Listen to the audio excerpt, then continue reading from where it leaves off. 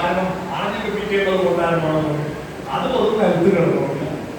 സിംഹത്തെ കാട്ടിലെ രാജാവാക്കിയതായ നമ്മളാ നിശ്ചയിച്ചത്.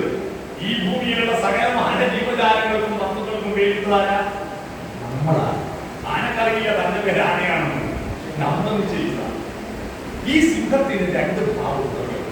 ഒന്ന് പരസ്പരം പോരടിച്ച് ആക്രമിക്കുന്ന ഭാവം, രണ്ട് ടെറിറ്ററികളിലേക്ക് ഗഹനമായ ഗാംഭീര്യത്തോടുകൂടി സഞ്ചരിക്കുന്ന ഭാവം. രണ്ട് നെഗറ്റീവ് പോസിറ്റീവ് ഭാവങ്ങൾ തമ്മിൽ ആക്രമിക്കുന്ന ഭാവം. ഇത് ഈ സിംഹഭാവം നമ്മളെല്ലാം ഉള്ളിലുണ്ട്. ഒന്ന് ആക്രമിച്ച് കീഴടക്കുക, തമ്മിൽ ആക്രമിക്കുക. രണ്ട് ടെറിറ്ററികളിലേക്ക്, നാല് ദിക്കുകളിലേക്ക് പോകുക. കലിംഗ യുദ്ധം കണ്ടിട്ട് മനമെടുത്ത അശോകൻ ബുദ്ധമതത്തിൽ ചേർന്നതിന് ശേഷം തന്റെ ഉള്ളിലൂടെ അക്രമകാരിയായ സിംഹപ്രഭാവത്തോട് പറഞ്ഞു, മനുഷ്യരുടെ സിംഹപ്രഭാവത്തോട് പറഞ്ഞു, ഹേ സിംഹങ്ങളെ, നിങ്ങൾ പരസ്പരം അഭിമുഖമായി പൊരുതരുത്. നാല് ദിക്കിലേക്ക് തിരിഞ്ഞു നിൽക്കൂ. പരമുഖമായിട്ട് നാല് ദിക്കുകൾ, north, east, west, south. North, east, west, south. News, അതാണ് ന്യൂസ്.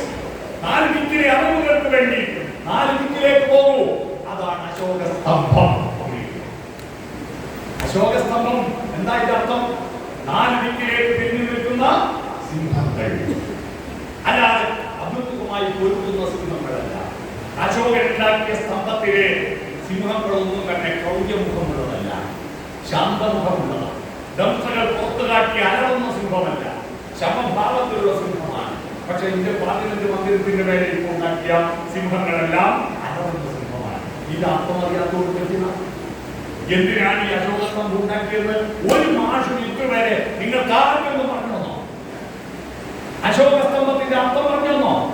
നമ്മൾ ആരെയും ചോദിച്ചോ? ചോദിച്ചില്ല. നമ്മളൊന്നും ചോദിക്കാറില്ല. ആഴ്ചക്കെന്താ 7 ദിവസമായി ഇതുവരെ ചോദിച്ചോ? ആരും ആഴ്ചക്കെങ്ങനെ 7 ദിവസമായി നാലെന്ന് പറഞ്ഞാൽ ഇപ്പൊ ആരും വരുന്നത്. ആഴ്ചക്കെങ്ങനെ 7 ദിവസമായി ചോദിച്ചില്ല. എങ്ങനെ മണിക്കൂർ 60 മിനിറ്റായി ചോദിച്ചോ? എങ്ങനെ ഒരു ദിവസത്തിന് 24 മണിക്കൂറായി ചോദിച്ചോ? എല്ലാം കേട്ടിട്ട് പോകുന്നു. അന്വേഷിക്കണം. നാല് ദിക്കിലേക്ക് പോട്ടെ, നാല് ദിക്കിലേക്ക് പോട്ടെ. തിരിഞ്ഞു നിൽക്കൂ, പരാമുഖമായിരിക്കും. ലോകം കീഴടക്കൂ. ലീഡർഷിപ്പ് അതാണ്. ലോകം കീഴടക്കും. പരസ്പരം പൊരുതി തമ്മിലടിച്ച് മരിക്കലല്ല. ഈ ലോകത്ത് ഓളങ്ങളെ ചവിട്ടിക്കിയിട്ട് ഈ ലോകത്തിന്റെ സത്യത്തെ അന്വേഷിച്ച് യാത്ര ചെയ്യൂ മനുഷ്യ. അപ്പോഴാണ് ലീഡറാവുന്നത്. അതിനെന്ത് വേണം? അഹന്തയിൽ നിൽക്കരുത്. ഫോർവേഡ്, മുന്നോട്ട് കുനിയോ. Touch, SOF, forward, touch. തൊടണം. മനുഷ്യരും തൊടണം.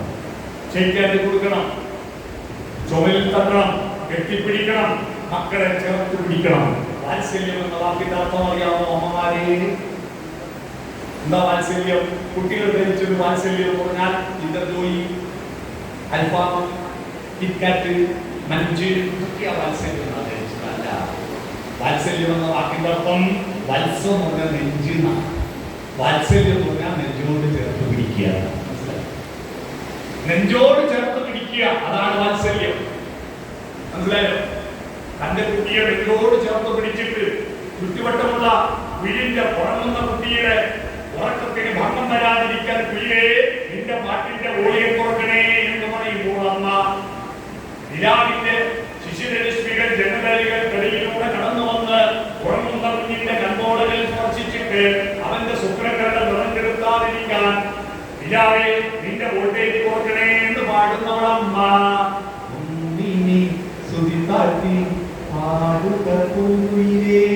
എന്നോ മനോഹരമായി ഉണർത്തരുതേ, എന്നോ മനോഹരമായി ഉണർത്തരുതേ. ഒന്നിനി തിരിതാട്ടു ശാരദ നിലാവേ കണ്ണിലേക്കിനാവുകൾ കെടുത്തരുതേ, കണ്ണിലേക്കിനാവുകൾ കെടുത്തരുതേ എന്ന് പാടുന്നവളമ്മ. നിങ്ങളുടെ കുഞ്ഞ് വളരേണ്ടത് നിങ്ങളുടെ വീട്ടിന്റെ തൊട്ടിയിലല്ല, നിങ്ങളുടെ വീട്ടിന്റെ മുറ്റത്തല്ല, നിങ്ങളുടെ മനസ്സിൻ മടിയിലെ മാമ്പഴി മയങ്ങൂ മണിക്കുരുമേ. മനസ്സിൽ വളർത്തൂ മക്കളെ, മനസ്സിലും ഹൃദയത്തിലും ഇട്ട് താലോലിക്കൂ, ടച്ച് ചെയ്യൂ, തൊടു, അവരുടെ ഹൃദയത്തിൽ തൊടു. ടച്ച്. നമ്മുടെ ചുറ്റുവട്ടമുള്ള ആളുടെ മനസ്സിൽ ഹൃദയത്തിൽ തൊട്ട് സംസാരിക്കും. ഈ ഐ കോണ്ടാക്ട്, കണ്ണിൽ നോക്കി സംസാരിക്കും. നമ്മുടെ പേഴ്സണാലിറ്റിയുടെ ഉറവിടം ഏതാ? കണ്ണാണ്. ആധാർ കാർഡിലെഴുതിയ കണ്ണത്തെ നോക്കുന്നത്. ഞാൻ കുവൈറ്റിൽ പോയി കഴിഞ്ഞ മാസം. ചെന്ന ഉടനെ അവിടെ വിമാനത്താവളത്തിൽ നിന്ന് അവിടുത്തെ ഒരു പോലീസ് ഒരു സ്ത്രീയാ, ഒരു തടിച്ചുള്ള സ്ത്രീ വന്നിട്ട് എന്നെ പിടിച്ചു. അദ്ദേഹത്തിൽ ആകെ കുടുങ്ങിയെ കളവിയാക്കില്ല. എന്താ ചെയ്യുമ്പോ ഞാൻ ആലോചിക്കുന്നതല്ല ആലോചിച്ചു. അവരെന്നെ ഒരു കസേരയിൽ ഇരുത്തി, എന്നിട്ട് ക്യാമറയിൽ ഫോട്ടോ എടുത്തു, കണ്ണിന്റെ ഫോട്ടോ എടുത്തു. ഈ കണ്ണ് കുവൈറ്റിലേക്ക് കയറുമ്പോ ഫോട്ടോ എടുത്തു, തിരിച്ചു വരുമ്പോ ആ കണ്ണ് തിരിച്ചു പോയി ഫോട്ടോ എടുത്തു. അപ്പോ ആ പുറത്തുപോയി ഉറപ്പാക്കാൻ വേണ്ടി, കാരണം നമ്മുടെ കണ്ണ് ബയോമെട്രിക്, ആ കണ്ണ് പോലെ ഇത്രയും യുണീക്കായിരിക്കുന്ന മറ്റൊരാളില്ല. ആ കണ്ണിൽ നോക്കും, മക്കളുടെ കണ്ണിൽ നോക്കും. ആ കണ്ണിലെ പ്രതീക്ഷകളും ദൈവങ്ങളും മനുഷ്യരുടെ കണ്ണിൽ നോക്കും. ചില ആളുകൾ പ്രസംഗിക്കുന്നു, ആകാശം നോക്കി പ്രസംഗിക്കും. മനുഷ്യരെ നോക്കി പ്രസംഗിക്കണം, കണ്ണിൽ നോക്കി പ്രസംഗിക്കണം. അല്ലേ? കണ്ണിൽ നോക്കി വർത്തമാനം പറയണം. മക്കളുടെ കണ്ണിൽ നോക്കാത്തതിന്റെ പേരിൽ ഒരു മഹാദുരന്തം നടന്ന നാടാണ് ഇന്ത്യ. മക്കളുടെ കണ്ണിൽ നോക്കാത്ത അച്ഛനും അമ്മേന്റെ പേരിൽ ഒരു മഹാദുരന്തം നടന്നു. അറിയോ? സുബലൻ എന്ന് പറയുന്ന രാജാവ്, ഗാന്ധഹാറിന്റെ രാജാവായിരുന്നു. പണ്ടതിന്റെ പേര് ഗാന്ധാരം, ഇപ്പൊ അഫ്ഗാനിസ്ഥാനിലെ ഗാന്ധഹാർ. അയാളുടെ മകൾ ഗാന്ധാരിയെ കല്യാണം കഴിച്ചിട്ട് ഭക്തിപുരത്തിലെ രാജാവ് കല്യാണം കഴിക്കുമ്പോഴാണ് ഈ ഗാന്ധാരി സുബലനെ നമ്മൾ അറിയുന്നത് ഭർത്താവ് കണ്ണാണാത്ത ആളാണ്. തന്നെ പറ്റിച്ചതിൽ നിഷേധിച്ചിട്ട് മന്ത്രകൂടി വർഷിച്ച് കണ്ണുകെട്ടി. ഭർത്താവിന് കാണാത്ത ലോകം തനിക്കും കാണാമെന്ന് പറഞ്ഞു. മരണം വരെ ലോകം കണ്ടില്ല. എന്താ സംഭവിച്ചത്? 100 മക്കളെ പറ്റി ഒന്നും ബാക്കിയായില്ല. മരണാനന്തര ശുശ്രൂഷ നടത്താൻ ഒന്നും ബാക്കിയായില്ല. അവസാനം കാട്ടിൽ പോയി കാട്ടുതീയിൽപ്പെട്ട് മരിച്ചു. എങ്ങനെ? ഈ 100 മക്കളെ പറ്റിട്ട് ഒരു മോന്റെ കണ്ണിൽ നോക്കിയോ? ഒരു മക്കളും മോശക്കാരായിരുന്നില്ല, എല്ലാം നല്ല കുട്ടികളായിരുന്നു. എന്തായിരുന്നു പേര്? മൂത്തവന്റെ പേര് ഗാന്ധാരിയുടെ ധൃതരാഷ്ട്രയുടെ മൂത്തവന്റെ പേരറിയാവോ? അല്ല, ദുര്യോധനനായിരുന്നില്ല, സുയോധനനായി. സുയോധനനായി. സു എന്ന് പറഞ്ഞാൽ നല്ലതാ. സു എന്ന് പറഞ്ഞാൽ ഭാഷയിൽ നല്ലതെന്ന് അർത്ഥം. അതെന്റെ പേര് സുരേഷ് ബാബു ആയിക്കോട്ട് പറഞ്ഞാൽ സു എന്ന് പറഞ്ഞാൽ നല്ലത്. പക്ഷെ ദുഷിച്ചു, ദുര്യോധനായി, ദുശാസനായി. ഇവിടെ ഇതിന്റെ അടുത്ത് ദുര്യോധനന്റെ അമ്പലമുണ്ട്, ഇതിനടുത്ത് ദുര്യോധന ക്ഷേത്രമുണ്ട്. ഇതിന്റെ പരിസരത്തില്ലേ? അല്ലേ? സുയോധനായിരുന്നു. എന്നാ സുയോധനൻ ദുര്യോധനായി, ദുശാസനായി, ദുഷളിയായി 3 യുദ്ധത്തിൽ പടഞ്ഞു മരിച്ചു. കാരണം ഈ മക്കളെ പെറ്റുവെന്നല്ലാതെ ആ മക്കളുടെ കണ്ണിൽ നോക്കാൻ അവർക്ക് കഴിഞ്ഞു. ഭർത്താവ് ജന്മനാന്തൻ, എന്നാ ഭാര്യയെങ്കിലും മക്കളെ കണ്ണു നോക്കണ്ടേ? ഭർത്താവ് കണ്ണു കാണാൻ ഭാര്യ ഉണ്ടാവണം എന്നൊരു പഴയ സിനിമ പാട്ടുണ്ട്, കേട്ടിട്ടുണ്ടോ? കണ്ണു കാണാത്ത ഭർത്താവും കണ്ണു കാണുന്ന ഭാര്യയും കൂടി പാടുന്ന പാട്ട്. കൺമണി നീയൻ കരം പിടിച്ചാൽ കണ്ണുകളെന്തിനു വേറെ, എനിക്കു കണ്ണുകളെന്തിനു വേറെ.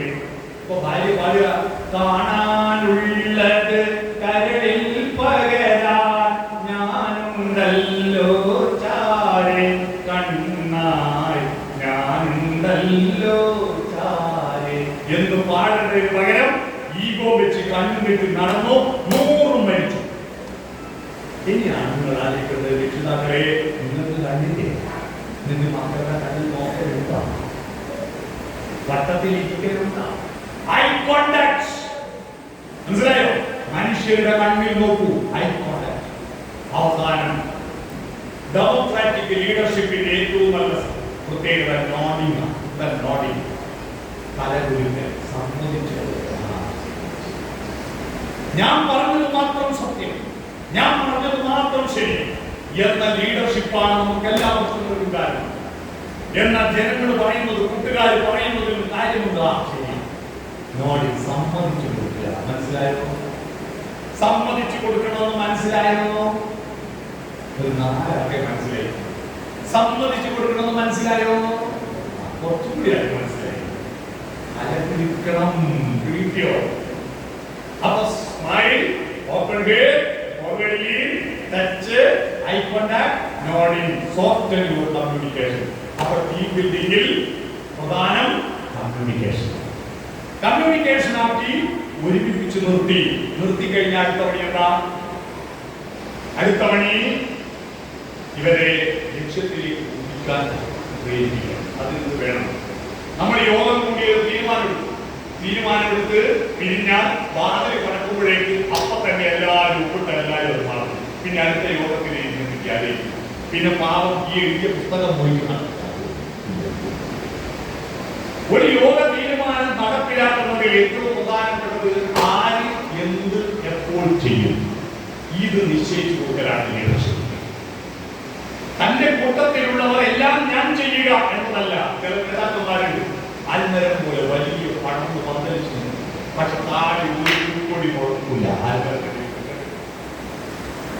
എല്ലാം താൻ ചെയ്യും, പക്ഷെ മറ്റൊരാളെയും വികസിക്കാൻ അനുവദിക്കില്ല. ഇതാണ് നമ്മുടെ നാട്ടിലെ ഏറ്റവും വലിയ പ്രശ്നം. ലീഡർഷിപ്പ് എന്ന് പറയുന്നത് ഒരുമിച്ച് ഉയരണം, മറ്റുള്ളവരെ വഴി കാട്ടിക്കൊടുക്കൂ. ഇതാണ് നമ്മുടെ വഴി. എന്റെ നാട്ടിൽ പഞ്ചായത്ത് പ്രസിഡന്റ് ഒരു യോഗം വിളിച്ചു. 3 മണിക്ക് വിളിച്ച യോഗത്തിൽ പഞ്ചായത്ത് വൈസ് പ്രസിഡന്റ് വന്നു, മെമ്പർമാർ വന്നു,